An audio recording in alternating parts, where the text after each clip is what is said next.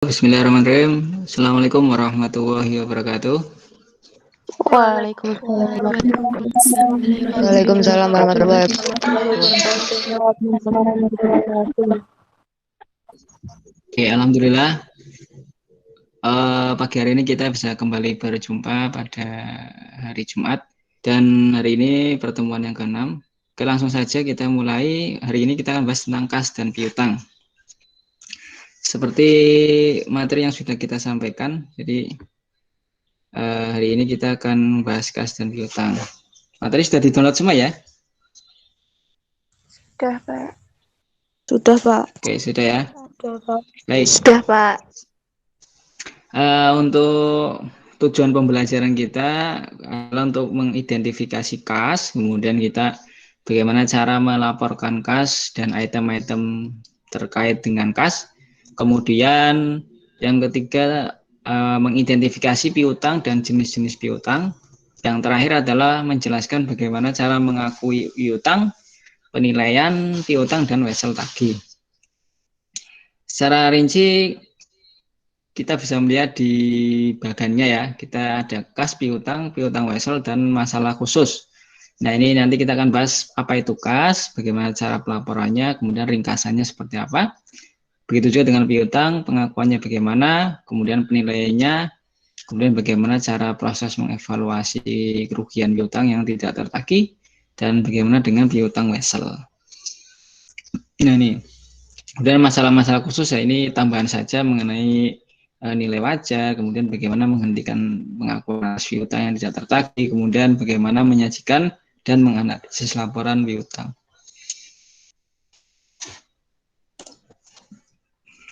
Oke, sekarang kas ya. Jadi kas, apa itu kas? Jadi kas itu sebuah aset yang merupakan suatu instrumen keuangan. Jadi instrumen keuangan itu adalah setiap kontrak yang menimbulkan atau transaksi yang menimbulkan aset keuangan dari satu entitas dan kewajiban keuangan atau kepentingan ekuitas entitas lain. Jadi artinya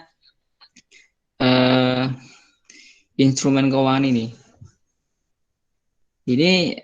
contohnya ada di situ. Contoh ada financial asset dan non financial asset. Di situ misalkan yang aset keuangan itu adalah kas misalkan. Kemudian pinjaman dan piutang. Kemudian investasi pada pasar uang, investasi pada pasar efek ya atau saham.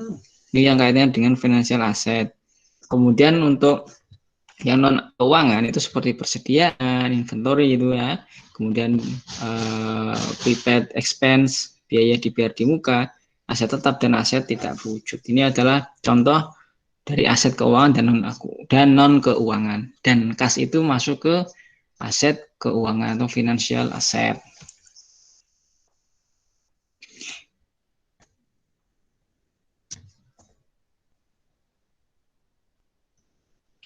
Kemudian bagaimana dengan kas ini?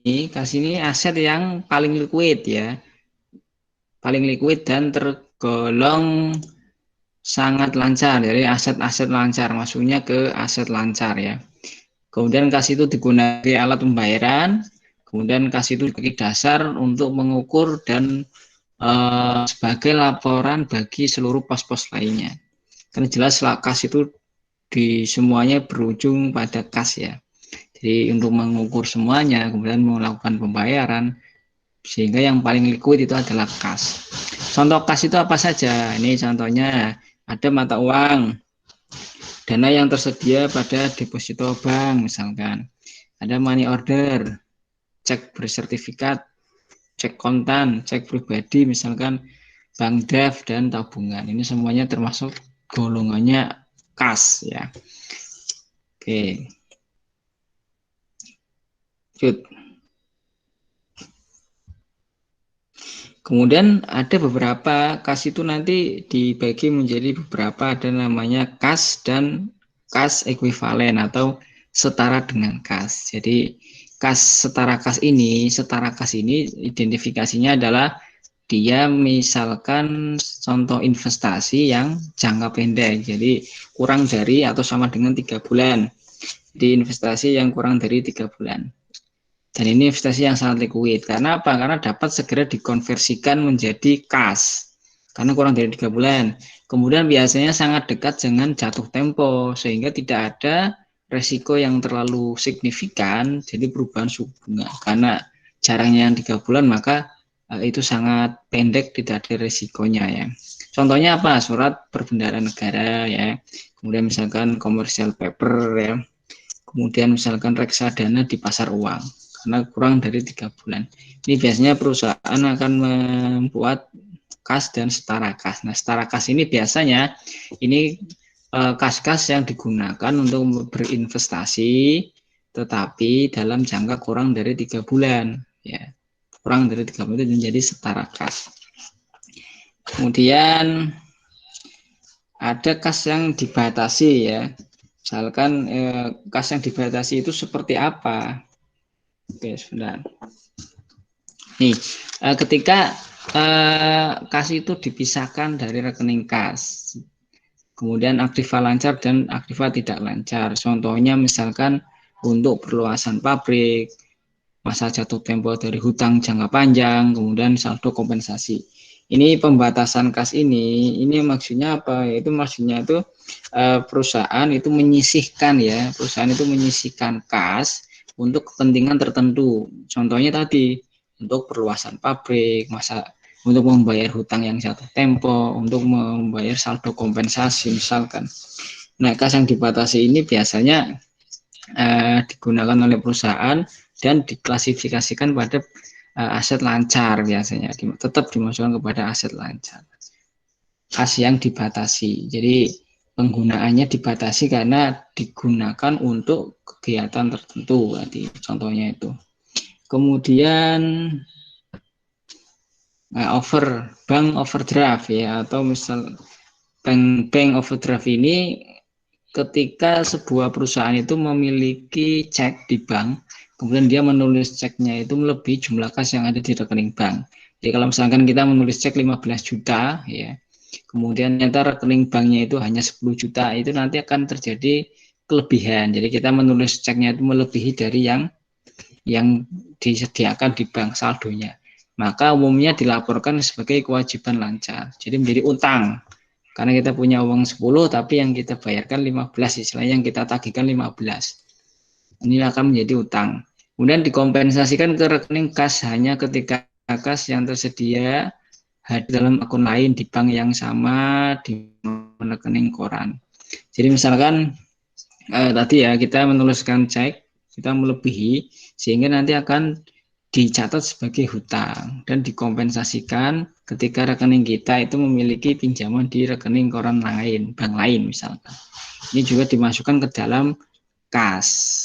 Hal ini adalah kas, ada setara kas dan ada ini istilahnya ini apa ya? Bank overdraft ini ya selisih antara cek yang dikeluarkan dengan saldo banknya. Ini adalah contoh-contoh dari kas ya. Kemudian klasifikasinya ini kita berikan contohnya. Nih, kita bisa melihat di sini ya. Jadi klasifikasi kas, setara kas dan item non kas. Ini nanti bisa dilihat secara detail ya. Misalkan ini kas, ini klasifikasinya itu kas karena jika tidak dibatasi dilakukan sebagai kas. Tetapi jika dibatasi, diidentifikasi dan diklasifikasikan sebagai aset lancar dan tidak lancar. Yang tadi dikatakan adalah kas yang dibatasi ya. Oke. Kemudian ada kas kecil dan dana perubahan itu masuknya ke kas, dilaporkan sebagai kas. Kemudian ada surat berharga jangka pendek, masukkan ke setara kas. Karena tadi investasi yang kurang dari 3 bulan. Ya. Kemudian surat berharga jangka pendek, investasi jangka pendek ya, masukkan ke investasi ya, investasi jangka pendek karena investasi dengan jatuh tempo 3 sampai bulan. Jadi kalau kurang dari 3 bulan nanti masuknya ke setara kas, tapi kalau lebih dari 3 bulan dan kurang dari 1 tahun maka masuknya investasi jangka pendek. Kemudian ada di sini misalkan cek mundur masuk ke piutang, uang muka perjalanan ke piutang ya, ongkos kirim di biaya dibayar di muka. Kemudian cerukan bank itu masuk ke cerukan bank itu tadi ya, overdraft tadi ya. Cerukan jadi cekungan lah istilahnya itu apa namanya? Kekurangan dana karena dari apa namanya? cek yang ditulis lebih tinggi dari yang kita miliki saldonya. Kas, masuk ke kas. Dan yang terakhir saldo kompensasi, kas yang diklasifikasikan secara terpisah sebagai deposito yang dipertahankan sebagai saldo kompensasi. Jadi ini saldo ini untuk misalkan ketentuan setiap rekening mengendapkan minimal saldo bank sebesar berapa juta misalkan. Itu yang disebut dengan saldo kompensasi. Ini adalah contoh-contoh atau klasifikasi kas, setara kas, dan item non. Kemudian, nah sekarang account receivable atau piutang. Piutang adalah klaim kepada pihak lain atas uang, barang, atau jasa. Jadi kita yang mengklaim. Kita punya piutang, maka kita punya hak mengklaim atas uang, barang, atau jasa dari pihak lain.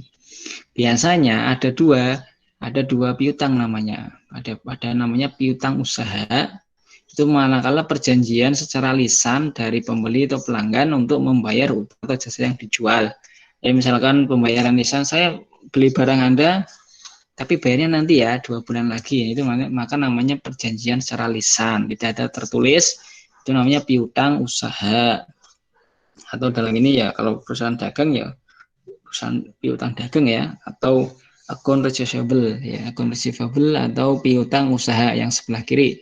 Kemudian yang sebelah kanan, perjanjian tertulis dari pembeli pelanggan untuk membayar sejumlah uang pada tanggal tertentu di masa depan. Perjanjian tapi tertulis, namanya wesel ya, atau istilahnya apa ya, wesel. Jadi wesel tagih. Jadi kalau misalkan tanpa tertulis namanya piutang usaha, tapi kalau misalkan ada tertulisnya menggunakan perjanjian, maka namanya wesel tagih atau not receivable ya. Ini jelas ya. Oke, kemudian bagaimana dengan contohnya? Nah, piutang, kemudian piutang wesel. Oke ya. Oke, kemudian nih piutang non usaha nih. Jadi ada namanya piutang yang timbul karena usaha dari perusahaan. Ya. Ada yang ditimbulkan karena operasi perusahaan. Nah, itu namanya piutang atau piutang wesel. Tetapi misalkan ada juga piutang yang timbul karena non usaha. Non usaha itu misalkan contohnya uang muka kepada petugas dan karyawan. Ya, misalkan karyawan melakukan perjalanan dinas ke luar kota, kita memberikan uang muka ya, uang muka untuk sangu karyawan tersebut keluar kota tadi, kita kasih uang muka, namanya piutang non usaha karena kita mengeluarkan uang kepada mereka, kemudian mereka belum memberikan apa namanya imbal balik kepada kita, maka namanya piutang. Kemudian uang muka kepada anak perusahaan, sama perusahaan memberikan uang ya kepada anak perusahaan, disebut utang non usaha. Deposit untuk menutupi kerusakan atau kerugian potensial. Misalkan ada proyek kita yang berpotensi merugikan, ada kerusakan lingkungan misalkan, kita menjaminkan uang kita untuk mendepositokan jaminan itu kepada perusahaan lain misalkan, ini masuk ke piutang karena kita membayar dulu baru nanti kita dapat manfaatnya. Kemudian ada deposito sebagai jaminan kinerja pembayaran, ada dividen atas piutang bunga ya, klaim-klaim misalnya klaim asuransi, kemudian tema defendant under suit misalkan badan atas pengembalian pajak, jasa angkutan, jasa kredit ya, misalkan pelanggaran yang dikembalikan. Nah kalau defendant under suit itu seperti tergugat dalam sebuah kasus ya, kasus persidangan misalkan. Jika ada kasus sidang nanti kita tergugat. Nah ini adalah piutang-piutang non usaha. Contoh-contoh piutang-piutang non usaha ini. Kemudian ini contohnya perbedaan dari piutang penyajian laporan piutang. Ada perusahaan namanya Heineken dan Nokia ya. Kita bisa melihat di perusahaan Heineken ada akun namanya Trade and Order Receivable ya. Itu artinya piutang dagang dan piutang lain-lain, trade and order. piutang dagang dan piutang lain di situ ditampilkan 1.800. Kemudian kalau perusahaan Nokia itu menampilkan account receivable apa ini? Net of allowance ya, atau piutang dikurangi dengan penyisian piutang tidak tertagih. Jadi di sini kalau Nokia itu menyajikan ada namanya akun piutang dikurangi dengan piutang tak tertagih atau piutang yang sudah dikurangi tidak tertagih ya. Kemudian ada biaya dibayar di muka FP. Jadi ada dua perusahaan ini yang menyantumkan piutang pada laporan neracanya ya, berbeda. Yang satu menggunakan piutang dan piutang lain-lain, kemudian itu ada yang mencantumkan piutang sudah dikurangi dengan piutang tak tertagih. Piutang tak tertagih itu apa? Piutang tak tertagih itu piutang yang dimungkinkan sudah tidak dapat ditagih lagi karena mungkin si peminjam atau debiturnya itu debiturnya itu mungkin bangkrut perusahaannya atau meninggal dunia atau benar-benar sudah tidak bisa membayar utangnya kepada kita, maka bisa jadi itu tidak tertagih, maka kita kurangkan sebagai piutang tak tertagih. Ini nanti masuk ke dalam pengakuan piutang. Jadi pengakuan piutangnya itu seperti apa. Kemudian lanjut. Nih, sekarang pengakuan piutang. Oke. Jadi pengakuan piutang itu ada beberapa faktor-faktor ya. Faktor-faktor yang mempersulit dalam mengakui piutang itu seperti apa. Jadi beberapa jenis misalkan piutang ini ada menggunakan faktor trade diskon atau diskon dagang ya, atau mengurangi harga. Nah di sini harga barang yang dikenakan diskon dagang atau menggunakan kuantitas itu perusahaan dapat mengurangkan, jadi harganya itu dikurangi dengan diskon.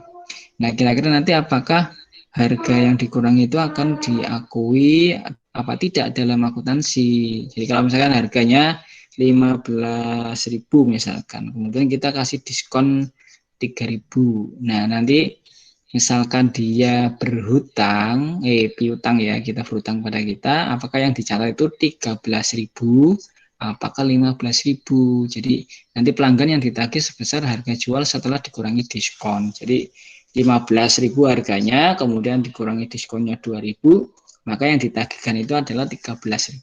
Ini adalah diskon trade atau diskon penjualan atau diskon dagang.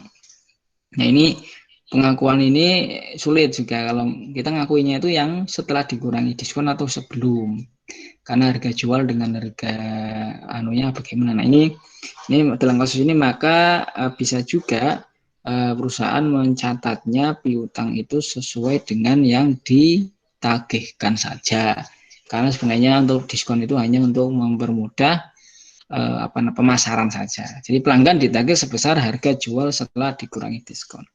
Gitu. Kemudian yang kedua mengenai cash diskon atau diskon penjualan atau diskon tunai. Diskon tunai ini adalah untuk mendorong pembayaran yang cepat. Jadi misalkan tadi harga Rp15.000. Kalau tadi kan yang diskon dagang, trade diskon itu kita dipotong langsung 2.000. Tapi kalau ini adalah beda. Kalau ini nanti ada persyaratannya. Jadi cash diskon itu seperti ini. Misalkan perusahaan membayar dengan metode 2/10N30. Ini artinya apa? Kita akan perusahaan atau peminjam ya atau pembeli akan mendapatkan potongan 2% jika dia membayar hutangnya itu paling lambat sebelum dari tanggal transaksi. Kalau dia bayar melunasinya sebelum 10 hari dari tanggal transaksi, maka dia akan mendapatkan potongan 2%. Ya, kemudian kalau ini maksim pelunasan 30 hari sehingga tidak ada N itu artinya tidak ada potongan. Jadi artinya ini cash hanya untuk sebagai insentif untuk segera dibayar, atau gross method atau net method menggunakan metode bersih ataupun kotor. Jadi kita misalkan ada kita beli sarannya gitu, kalau semakin cepat melunasi maka akan mendapatkan potongan 2%. Tapi kalau misalkan tidak, ya maka tidak mendapatkan potongan. Nah, kalau seperti ini kan nanti akan lebih akan ada insentif ya untuk segera membayar. Akan semangat untuk segera membayar hutangnya. Ini sebagai contoh misalkan ini 3 Juni perusahaan yang menjual kepada company Arkuit ya merchandise dengan memperoleh sale price ya dengan diskon harga atau diskon tunai itu sebesar 2.000 ya dengan termin 2/10N60 FOB shipping point. Nah, berarti artinya kalau dia harganya 2.000 kemudian terminnya ini 20/N60 akan mendapatkan potongan 2% mana membayar lebih maksimal 10 hari dari tanggal transaksi. Jadi tanggal transaksinya itu tanggal 3 Juni, ya kan? 3 Juni, maka maksimal melunasi tanggal 13 Juni. Nah, tanggal 13 Juni nanti dia akan mendapatkan potongan 2%. 2%. Nah, ternyata tanggal 12 Juni, on June 12, perusahaan menerima cek dari check for the balance ya dari perusahaan Arkuit ini. Nah, maka penyiapan jurnal entry-nya yang dilakukan oleh perusahaan Bolton itu bagaimana dengan mengasumsikan bahwa dia menggunakan net method dengan menggunakan metode bersih. Oke, ini kita lihat di sini. Nah, tanggal 3 Juni dia menggunakan metode bersih ya. Menggunakan metode bersih maka tanggal 3 Juni yang dari 2.000 maka dia mencatatnya piutangnya itu adalah 1.960 dengan asumsi bahwa 2% itu dia menerima potongan. Jadi persen dari 2.000 kan berapa itu? 40 ya, 40. Maka 2.000 dikurangi 40 ketemunya 1.960. Nah, 1.960 itu dianggap sebagai akun receivable oleh PT Bolton dan diakui sebagai penjualan karena dia menggunakan metode bersih. Kemudian pada tanggal 12 dia mendapatkan pelunasan dari Arkuit Company. Maka kas dia bertambah yaitu dari 22.000 dikali 98% atau sama saja dengan 1.960. Kemudian kasnya akun receivable berkurang 1.960. Kalau dia menggunakan metode bersih, jadi yang dicatat itu hanya sebagai piutang yang murni akan diterima. Jadi potongan 2% ya atau 40 rupiah tadi 40 ya tidak dicatat. Kemudian misalkan menggunakan metode soal yang sama menggunakan metode gross method dengan metode bruto ya. Nah, kemudian Arkuit ya, perusahaan Arkuit tadi tidak melakukan pembayaran sampai tanggal 29 misalkan. Itu bagaimana? Nah, ini tetap sama ya. Jadi perusahaan Bolton tetap mencatatnya sebagai akun receivable 1960, kemudian salesnya 1960, kemudian tanggal 12 kasnya diisi 2000, kemudian akun receivable-nya 1960, kemudian sales diskonnya 40. Jadi pada saat pelunasan dia akan mencatat sebagai kasnya masuk 2000 kemudian mengakui sebagai potongan diskon 40. Bedanya kalau dengan net method tadi dia tidak mengakui potongannya. Perusahaan Bolton menerima langsung kasnya ya, kas bersihnya sehingga tidak muncul akun diskon penjualan. Tapi kalau di metode bruto maka dimunculkan 40 ya 40 rupiahnya ini sebagai sales diskon ya, jadi sebagai diskon penjualan. Jelas, oke. Oke, masih ada waktu. Oke, ini mengenai non recognition of interest element. Jadi sebuah perusahaan harus mengukur piutangnya dengan nilai saat ini atau present value. Jadi mengukurnya pada saat sekarang ya, present value.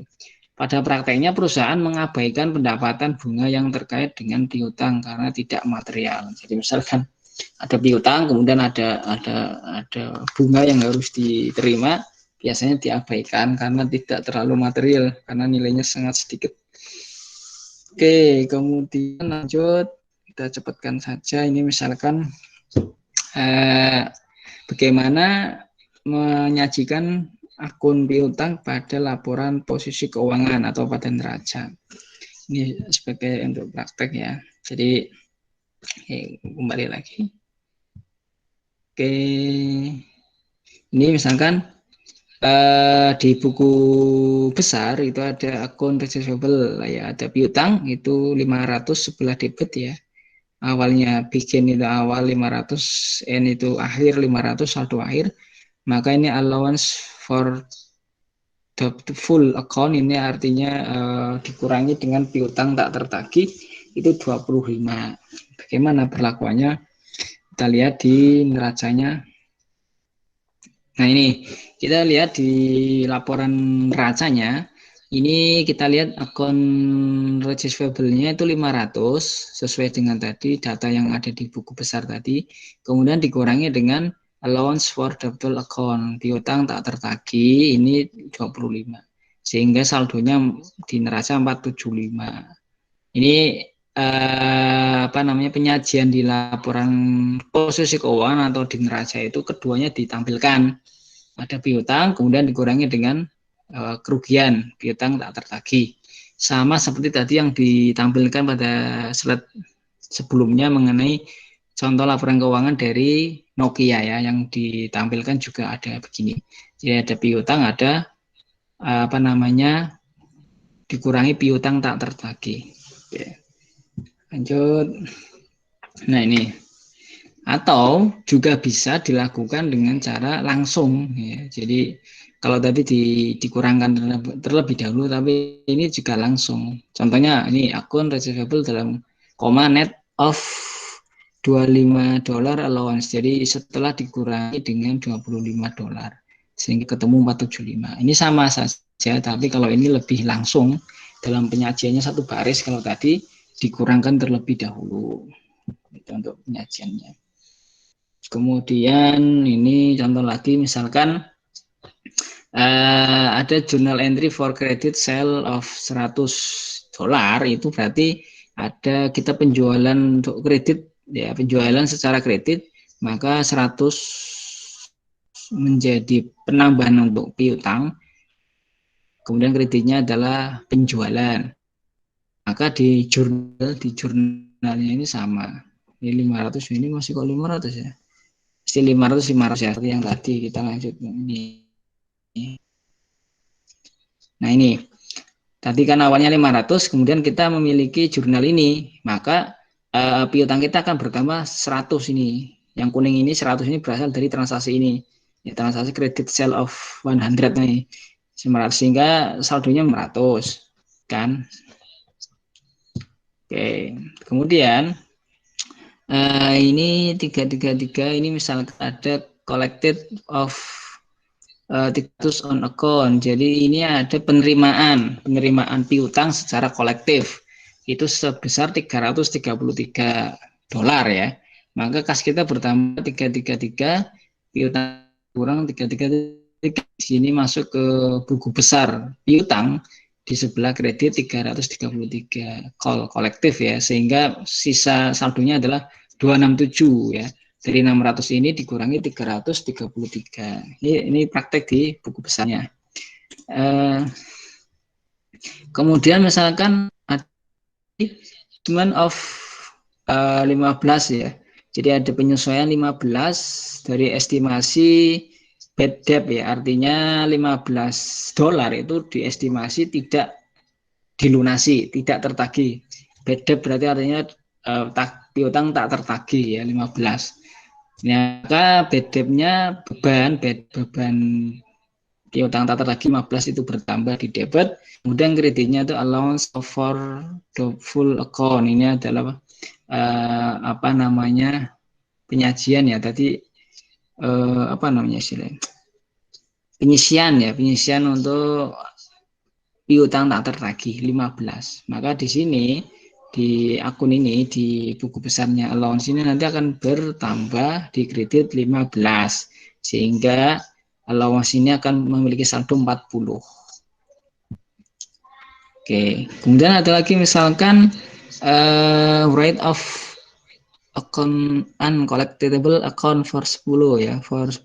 Berarti ini misalkan ada apa namanya piutang yang apa namanya kembali aktif ya. Jadi write off. Jadi kalau tadi misalkan dari 15 tadi yang sudah kita estimasi tidak tertagih piutangnya, kemudian ternyata ada 10 yang kembali tertagih. Jadi ternyata ujug-ujugnya mampu menagih uncollectible, maka dia akan mengurangi piutang kita akan berkurang 10, kemudian allowance kita juga akan berkurang 10 karena mengurangi dari penyisian piutang tak tertagih ini. Sehingga nanti di akun receivable akan berkurang 10, kemudian di allowance juga akan berkurang di debit ya 10, sehingga saldonya 30 ini 257. Oke, itu ya. Nah, sehingga di laporan penyajiannya akan muncul akun receivable net of 30 ya, 30 allowance. Jadi 227. Jadi 30 ini adalah total dari pengurangnya.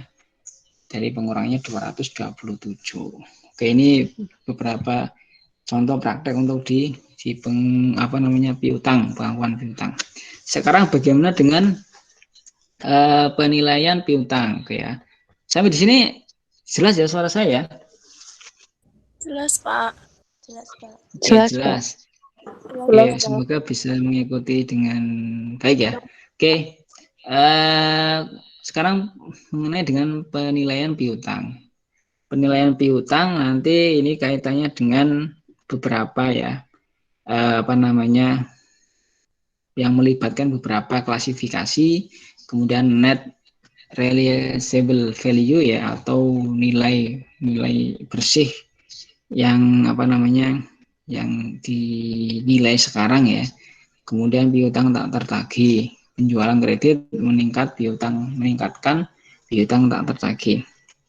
Oke, jadi perusahaan menilai dan melaporkan piutang baik jangka pendek pada nilai realisasi kas. Jadi net realizable value atau nilai kasnya ya, nilai realisasi kasnya. Jadi kalau misalkan dibayar hanya berapa juta ya itu berarti nilai realisasi kasnya seperti itu.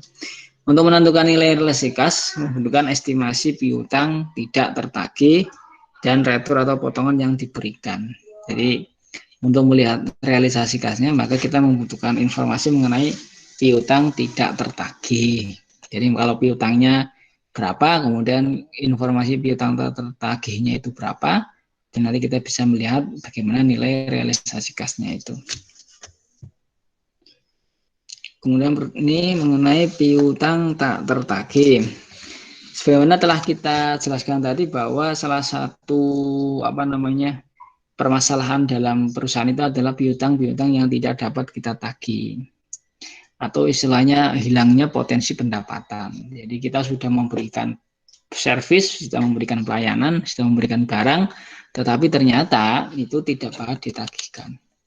Oleh karena itu akan mengaruhi penurunan aset piutang. Jadi piutang itu akan berkurang asetnya. Kan piutang itu masuk ke dalam aset, ini akan berkurang. Kemudian penurunan terkait dengan pendapatan dan ekuitas. Jelas ini harus dihitung ya. Akan mempengaruhi. Nah, ada dua metode ya untuk melakukan estimasi piutang tak tertagih. Ada namanya penghapusan langsung, ada tadi melakukan penyisihan. Penghapusan langsung atau direct write off method ya. Jadi penghapusan secara langsung. Jadi ini secara teoritis tidak diinginkan karena tidak cocok. Yang kedua, piutang tidak dinyatakan pada nilai realisasi kas. Yang ketiga, tidak dapat diterima untuk pelaporan keuangan. Jadi yang penghapusan langsung itu secara teoritis tidak cocok lah, karena itu tidak dapat diterima untuk pelaporan keuangan dan tidak sesuai dengan realisasi kas yang terjadi. Misalkan nanti ada contohnya. Kemudian yang kedua, metode penyisian yaitu menggunakan estimasi, misalkan persentase dari penjualan ya. Jadi dari penjualan kita berapa di persentase itu kemungkinan tidak tertagih misalkan.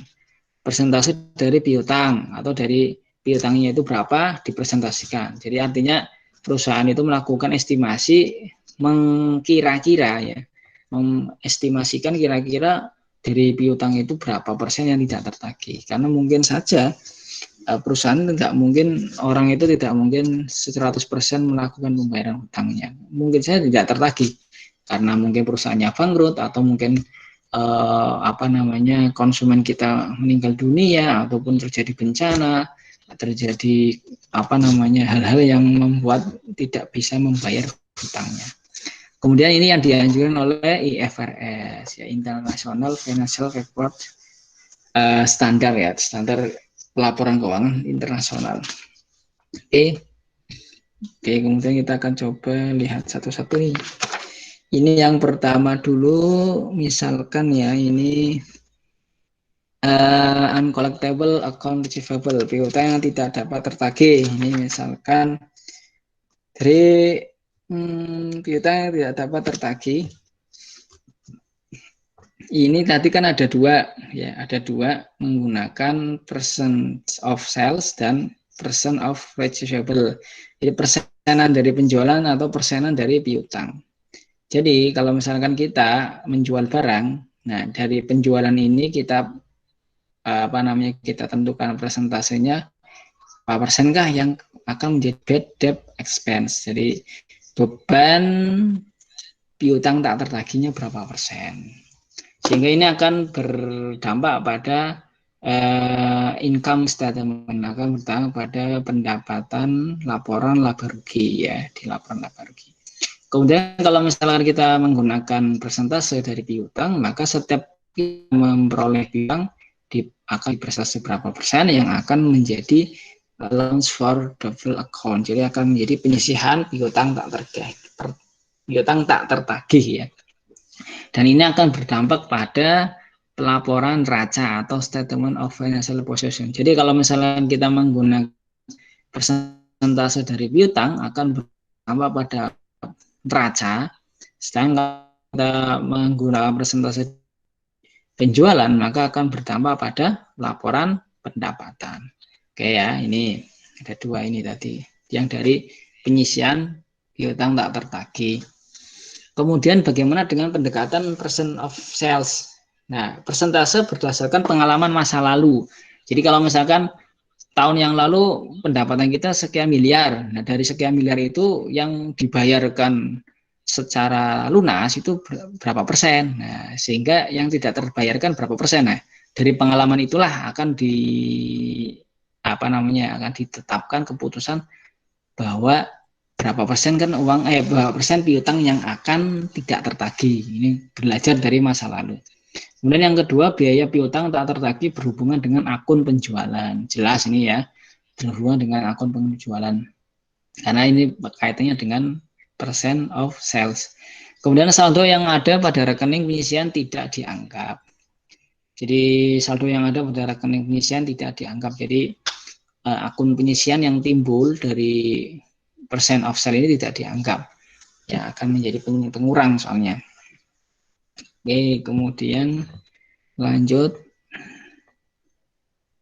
Nah, ini kaitannya dengan percent of sales. Contoh ya, ini contoh untuk persen untuk misalnya contohnya di sini sudah ada Gonzalo. Benar. Contohnya ini nih. Gonzales Company ya mengestimasi dari pengalamannya terakhir yaitu 1% dari kredit sales akan menjadi uncollectible, tidak tertagih. Jika kredit bersih penjualannya itu 800.000 di tahun 2011, maka itu akan di record bad debt expense as follow seperti berikut ini. Jadi dia punya pengalaman tahun lalu bahwa 1% dari penjualan kreditnya itu menjadi tak tertagih. Nah, pada tahun 2011 dia memiliki pendapatan kreditnya 800.000. Maka di sini kita bisa menghitung 1% dari 800.000 menjadi 8.000. Maka di sini kita melihat di buku besar bad debt expense itu akan bertambah ya di jurnal penyesuaian tanggal 31 Desember adjustment 8.000, sehingga penyisihannya akan bertambah juga dengan 8.000. Jadi nanti jurnalnya seperti ini. Jurnalnya adalah bad debt expense bertambah 8.000 ya, karena 1% itu menjadi beban, maka bad debt expense-nya bertambah 8.000. Kemudian penyisihan atas piutang tak tertagih juga bertambah 8.000. Ini contohnya seperti ini dengan percent of sales. Kemudian dengan pendekatan percent of receivable, yaitu piutang dilaporkan sebesar nilai kas yang dapat terrealisasi. Nih, piutang dilaporkan sebesar nilai kas yang dapat terrealisasi. Kemudian biasanya ini companies may apply this method, menggunakan metode misalkan composite rate atau aging schedule. Jadi menggunakan komposisi rate ya, persentase suku bunga persentase, atau menggunakan schedule umur. Jadi misalkan sudah lebih dari 3 tahun itu tidak mungkin dapat tertagih, atau yang lebih dari 2 tahun tidak mungkin tertagih, itu menggunakan umur atau menggunakan persentase tadi sama ya, persentase berapa persen itu ya. Ini contohnya Wilson ya, kita bisa melihat Wilson Company dapat kita lihat yang atas itu menggunakan metode aging schedule, yang kedua ya kita melihat aging schedule, jadi dia menggunakan metode aging schedule. Contohnya di sini nanti bisa dilihat jelas di ini ya, di PowerPoint ya. Ini kita melihat di situ kurang jelas sebenarnya ya. Ini ada nama-nama pelanggannya, ada Western, ada Brookway, ada Freeport, kemudian ada Allegheny ya, ada 4 ini. Kemudian di neraca sudah tertera di situ saldonya masing-masing, totalnya 547.000. Kemudian ada under 60 ya, 60 day ya, dia lebih kurang dari ya, di bawah 30 hari misalkan. Itu yang piutangnya kurang dari 60 hari, itu 80, itu punyanya si Western sama Brookway ya. Kemudian ada Allegheny juga kita hitung. Kemudian yang di atas 60 sampai 90 hari ada 18.000. Di atas 91 sampai 120 hari ada 14.000 miliknya Allegheny dan seterusnya. Dan di atas 120 hari itu ada Freeport. Nah, ini daftar piutang ya berdasarkan schedule usia maksudnya lama ya, jangka waktunya. Sehingga diringkas, di bawahnya itu diringkas, yang di bawah 60 hari ada 460. 60-90 ada 18, kemudian 91 sampai 120 ada 14, dan di atas 120 ada 55. Sehingga dibuat presentase 100% sehingga ketemu seperti itu. Persentase yang diestimasi tidak tertagih ada 4%, 15%, 20%, dan 25%. Sehingga satu yang dibutuhkan dalam penyisihan itu adalah 37.650 dengan persentase itu. Ini adalah salah satu contoh untuk menghitung persentase piutang tak tertagih dengan menggunakan aging schedule tadi, usia. Oke ya, tuh. Nah ini, jadi nanti pada akhirnya nanti akan melakukan penjurnalan adalah bad debt expense 37650 debit bertambah ya, beban piutang tak tertagihnya itu 37 debit, kemudian penyisihannya juga bertambah, allowance for the full account 37650. Ini untuk menyisihkan di jurnalnya seperti itu. Oke. Kemudian nah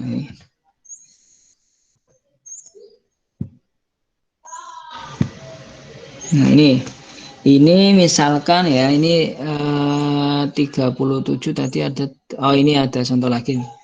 Jadi misalkan Wilson make assumption the allowance account had a credit balance 800 sebelum penyesuaian. Jadi Wilson itu membuat asumsi ya. Jadi setelah tadi kita jurnalkan, kemudian perusahaan Wilson tadi mengasumsikan bahwa allowance account-nya itu kembali ya, bisa tertagih lagi 800, muncul kembali lah sebelum penyesuaian, maka itu nanti dikurangkan dari 37.650 dikurangkan dengan 800 sehingga bad debt-nya itu 36.850, allowance-nya 36.850. Harus seimbang. Oke ya, jadi kalau misalnya ada piutang yang kembali muncul maka akan dikurangkan dengan bad debt-nya akan dikurangkan. Nah, ini contoh juga ya, misalnya ada contoh juga misalkan recovery of uncollectible account, jadi pengembalian piutang tak tertagih. Ini juga ada di sini. Masih ada waktu 9 menit ya. Oke. Ini nanti bisa bisa dibaca sendiri ya nanti ya. Ini kaitannya dengan contoh soal itu sudah jelas. Jadi sama tadi ini perlu jelaskan enggak ini? Cukup ya ini ya. Yang ini cukup, kita lanjut saja, ini cukup jelas contohnya.